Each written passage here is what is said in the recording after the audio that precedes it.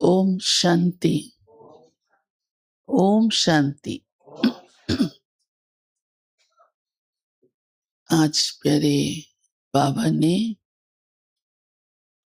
हम बच्चों को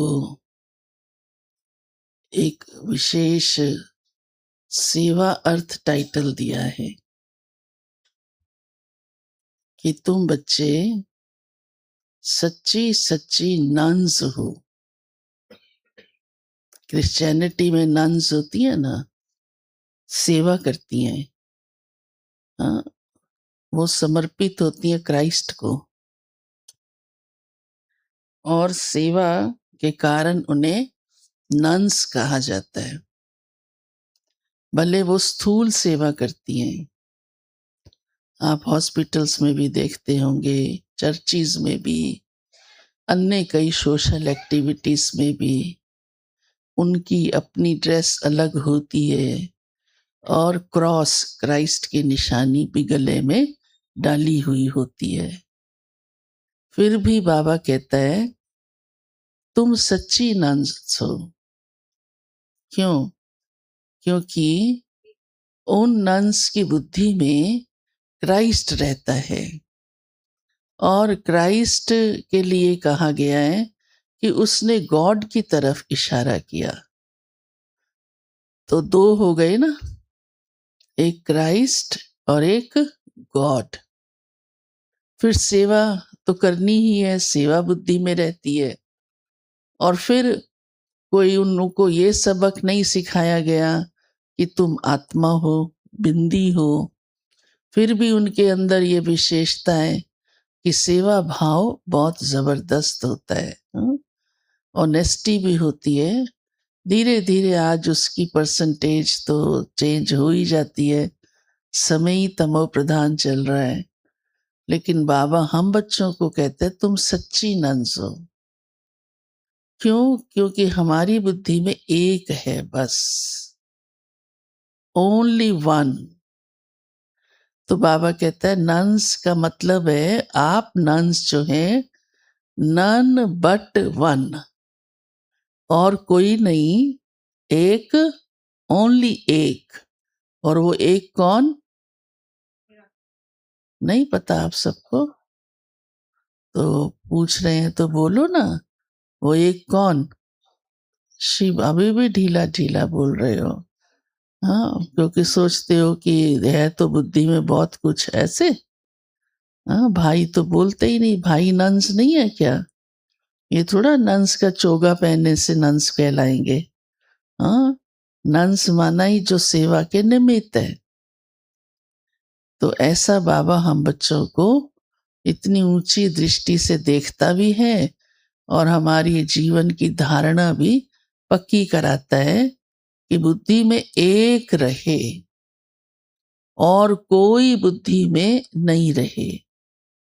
रहो सबके बीच में, अकेले नहीं। फिर सोचते एक को बुद्धि में रखना है तो अकेले रहना शुरू कर देते हैं। अकेले रहकर भी तो बुद्धि भटक सकती है ना, और कितनों की यादें आ जाती हैं। परंतु आज के समय में तो अकेला कोई है ही नहीं। मोबाइल अकेला रहने ही नहीं देता है ना, बुद्धि को सब तरफ घुमा के रखता है, व्यक्ति में नहीं तो वस्तुओं में कि किन किन बातों में माया की कितनी, हाँ, विस्तार है देखो। तो बाबा ने हम बच्चों को ये पाठ पक्का कराया है। कौन सा? नन बट वन, और कोई नहीं, एक, एक और एक, सिर्फ प्यारा बाबा बस। और उसकी ही सेवा में हम समर्पित हैं।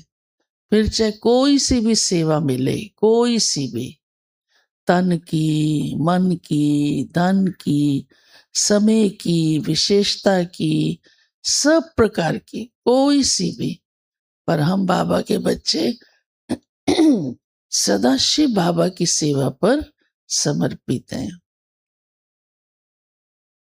प्यारे बाबा हम बच्चों के लिए सौगात लाता है, खाली हाथ नहीं आता।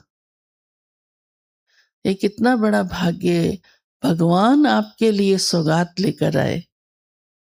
जब कोई बड़ा सौगात देता है, वो छोटी सी भी हो तो उसकी वैल्यू बढ़ जाती है, बहुत बहुत बढ़ जाती है। हाँ, संभाल कर रखते हैं। तो बाबा ने कहा, मैं लाता हूँ एक सुख की सौगात और दूसरा शांति की सौगात। मिली है सभी को, होती है। तो बाबा ने हम बच्चों को, हर एक को, ऐसा नहीं है जिसने सिर हिलाया उसी को दिए, बाबा देने सबको आया है। अब लेने वाला जाने उसने ली या नहीं ली। तो सुख की सौगात भी देता है। जैसे ही हम बाबा के बनते हैं, हमारे जीवन से दुख निकलता जाता है और सुख आता जाता है। अशांति निकलती जाती है और शांति आती जाती है। आज बाबा ने और भी कुछ एक शिक्षाएं दी हैं। एक तो बाबा ने कहा है कि कोई भी गलती नहीं करनी है, कामनाएं नहीं रखनी है। हद की कामनाएं, हद की कामनाएं तो आप जानते और समझते ही हैं कौन सी होती हैं, जो संसारिक रूप से आम मनुष्य करते रहते हैं। मेरी ये इच्छा पूरी हो जाए, ये इच्छा पूरी हो जाए। इवन कोई कोई ऐसी स्वार्थ की इच्छाएं भी होती हैं और फिर भगवान को कहते हैं मैं तेरे को भोग लगाऊंगी। है स्वार्थ की इच्छा। उन इच्छाओं को तो भगवान कभी सुनता भी नहीं है। भक्ति में भी बहुत बेचारे बार बार तड़प तड़प कर कहते हैं, तो भगवान फिर भी थोड़ी बहुत पूरी कर देता है ना ऐसा। पर वास्तव में बाबा कहते हैं कोई भी हद की कामनाएं नहीं रखो, अशुद्ध कामनाएं नहीं रखो, और अगर कोई ऐसी है भी तो उसे हटा दो। और उन कामनाओं के कारण कोई गलती होती है, कोई भूल होती है, तो बाबा कहते हैं उसे छिपाओ नहीं। अगर छिपाते हो तो अपना बहुत बड़ा नुकसान करते हो। माना अपने आप को ठगना है, एक धोखा है। इतने कड़े शब्द बाबा ने कहे हैं। लेकिन इसका ये मतलब भी नहीं कि जगह जगह बताते रहो, पर बाबा धर्मराज है, बाबा को सुनाओ। मैं आगे से इस बात का ध्यान रखूंगी, मैं आत्मा, और ऐसा कभी गलती नहीं होने देंगे। निमित्त आत्माओं से हल करो। अगर वो नहीं ऐसा करते तो ये बाबा ने आज कहा है कि छिपाना अपने को ही नुकसान पहुंचाना है, अपने आप को ही ठगना जैसे हो गया। वैसे भी देखो, छोटेपन से ही मनुष्य के जीवन में अगर वो कोई गलती करता है और माता पिता को आकर सुना देता है, तो माता पिता उसको माफ भी करते हैं और आगे ना करने का रास्ता भी दिखाते हैं। होता है ना ऐसे, हाँ। और माता पिता ये सोचते भी हैं कि ये सच बता दे तो हम इसका भला करेंगे। तो भगवान भी हमको सच बताने से हमारी भलाई का ही रास्ता बताता है। अगर नहीं बताते तो और ही गलतियां बारंबार होती जाती हैं। अपने आप को उसको ही ठगना बाबा कहता है, नुकसान पहुंचता जाता है।